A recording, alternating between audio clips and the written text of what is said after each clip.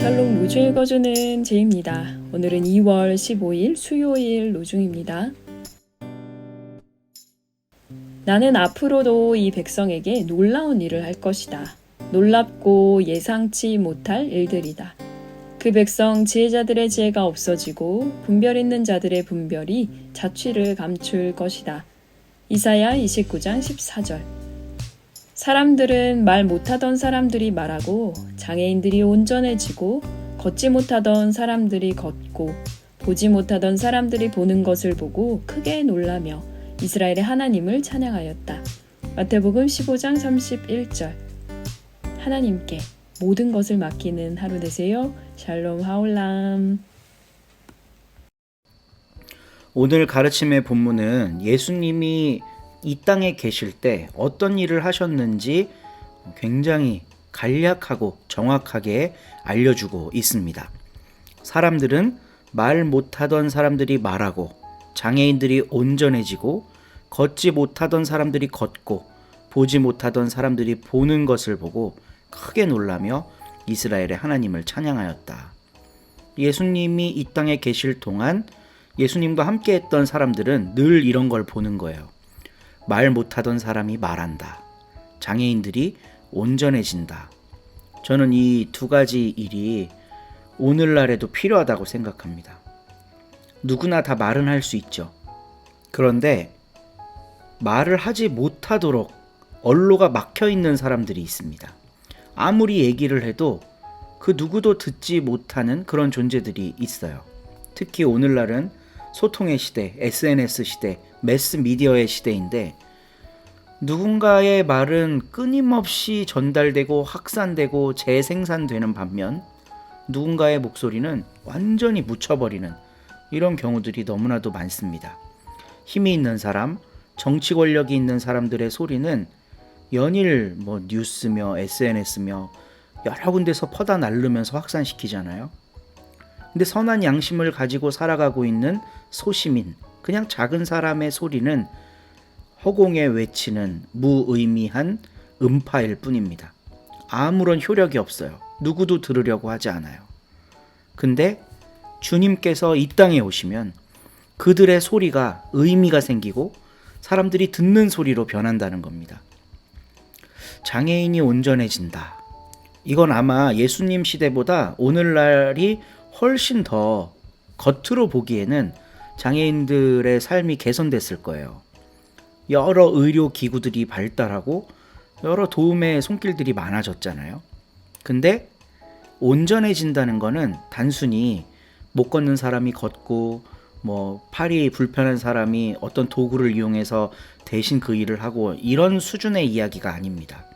장애인도 똑같이 모든 사람과 동등하게 대우를 받고 있느냐의 문제로 접근해야 됩니다.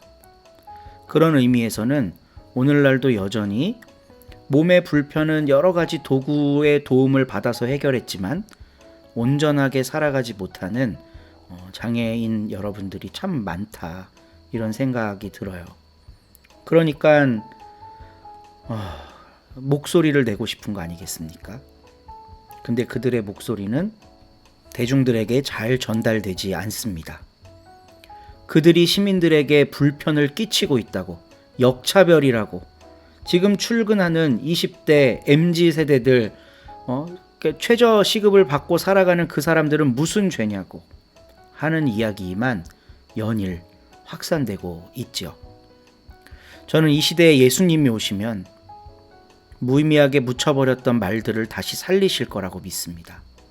장애인들이 비록 좋은 휠체어, 좋은 의수족 구매하지 못했다고 하더라도 사람으로 온전하게 대접받는 일이 있을 거라고 확신합니다. 그래서 여전히 오늘날도 예수님이 필요하고 우리 곁에 계셔야 함을 묵상합니다. 오늘 우리 서로님들의 하루가 주님과 동행하는 하루 되기를 간절히 바라봅니다. 좋은 하루 되세요. 1장 바울입니다. 하나님의 뜻으로 그리스도 예수님의 사도로 부르심을 받은 사람입니다. 나와 형제 소스데네가 고린트에 있는 하나님의 교회에 이 편지를 보냅니다. 그리스도 예수님 안에서 거룩해진 분들이며 부르심을 받은 성도들인 여러분에게 말입니다. 더불어 곳곳에서 우리 주 예수 그리스도님의 이름을 부르며 기도하는 모든 분들에게도 보냅니다. 예수 그리스도님은 그들과 우리의 주님이십니다. 은혜와 평화가 여러분에게 하나님 우리 아버지와 주 예수 그리스도님으로부터 내리기를 빕니다. 나는 여러분을 두고 언제나 내 하나님께 감사드립니다. 그리스도 예수님 안에서 여러분에게 주신 하나님의 은혜를 생각해서 말입니다. 모든 면에서 여러분이 그분 안에서 부유해졌으니 말입니다. 온갖 말재주와 온갖 지식에서요. 그리스도님에 관한 증언이 여러분 가운데서 굳건하게 털을 잡았기 때문입니다. 그래서 여러분은 어떤 은혜의 선물에서도 모자람이 없으며 우리 주 예수 그리스도님의 나타나심을 간절히 기다리고 있습니다. 그분은 여러분을 또한 끝까지 굳게 서도록 하셔서 우리 주 예수 그리스도님의 날에 비난당할 것이 없도록 하실 분이십니다. 하나님은 신실하신 분이십니다. 하나님을 통해서 여러분은 부르심을 받아 하나님의 아들 예수 그리스도 우리 주님과 사귐을 가지게 되었습니다. 형제자매 여러분, 우리 주 예수 그리스도님의 이름으로 여러분에게 권유합니다. 여러분은 모두 같은 말을 하십시오. 여러분 가운데 편이 갈라지는 일들이 없게 하십시오. 같은 생각과 같은 의견을 품고 재정비를 하십시오. 나의 형제자매 여러분, 여러분에 대해 글로에의 집 사람들이 나에게 알려주기를 분쟁이 여러분 가운데 있다고 했습니다. 내 말은 이런 뜻입니다. 곧 여러분이 저마다 나는 바울 편이다. 나는 아폴로 편이다. 나는 게바 편이다. 나는 그리스도 편이다 하고 말한다는 것입니다. 그리스도님이 조각조각 나뉘었습니까?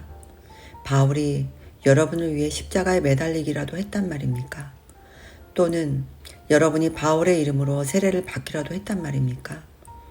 나는 하나님께 감사드립니다. 그리스보와 가이우스 말고는 여러분 가운데 아무한테도 세례를 주지 않았다는 것을요. 그래서 아무도 내 이름으로 세례를 받았다고 말할 수 없을 것입니다. 스테파나의 집 사람들한테도 세례를 주었군요. 그 밖에는 다른 아무에게도 세례를 준 일을 알지 못합니다. 그리스도님이 나를 보내신 것은 세례를 주게 하시려는 것이 아니라 좋은 소식을 전하게 하시려는 것이었으니까요. 말의 지혜로 하라는 것이 아니었으니 그리스도님의 십자가가 헛되이 되고 마는 일이 없도록 하신 것입니다. 십자가를 전하는 말씀이 멸망하는 사람들에게는 터무니없는 것이지만 구원받는 우리에게는 하나님의 능력이니까요. 성경에 이렇게 적혀 있으니 말입니다. 내가 지혜로운 사람들의 지혜를 없애버리고 영리한 사람들의 영리함을 내쳐버릴 것이다. 지혜로운 사람이 어디에 있습니까? 배운 사람이 어디에 있습니까? 이 세대의 논객이 어디에 있습니까? 하나님이 세상의 지혜를 허무맹랑한 것으로 만들어버리지 않으셨습니까? 하나님의 지혜에 둘러싸여 있으면서도 세상은 자기 지혜를 통해서 하나님을 알아보지 못했습니다. 그래서 하나님은 허무맹랑해 보이는 것, 곧 선포를 통해서 믿는 사람들을 구원하시는 것을 좋게 여기셨습니다. 유대아 사람들은 증표를 요구하고 그리스 사람들은 지혜를 찾습니다. 그렇지만 우리는 그리스도님, 곧 십자가에 매달리신 분을 선포하고 있습니다. 그리스도님이 십자가에 매달리셨다는 것은 유대아 사람들에게는 걸려 넘어지게 하는 일이고 다른 민족들에게는 허무맹랑해 보이는 일입니다. 그러나 유대아 사람들이든 그리스 사람들이든 부름받은 그 사람들에게는 그리스도님이 하나님의 능력이요 하나님의 지혜이십니다. 하나님의 허무맹랑해 보이심이 사람들보다 더 지혜로운 것이고 하나님의 약해 보이심이 사람들보다 더 힘센 것이기 때문입니다. 형제자매 여러분, 여러분이 부르심을 받았을 때의 처지를 한번 생각해 보십시오.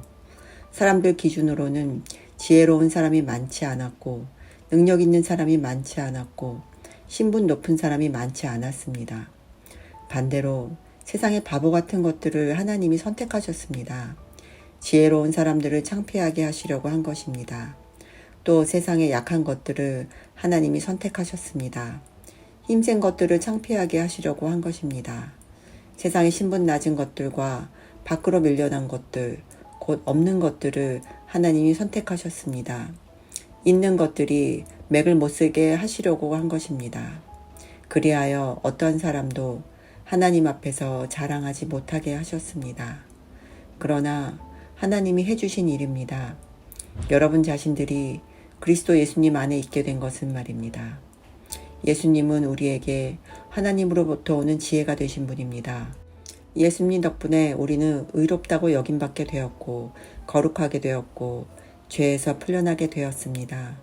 성령에 이렇게 적혀 있는 대로 되게 하신 것입니다. 자랑하는 사람은 주님을 자랑해야 합니다. 아멘.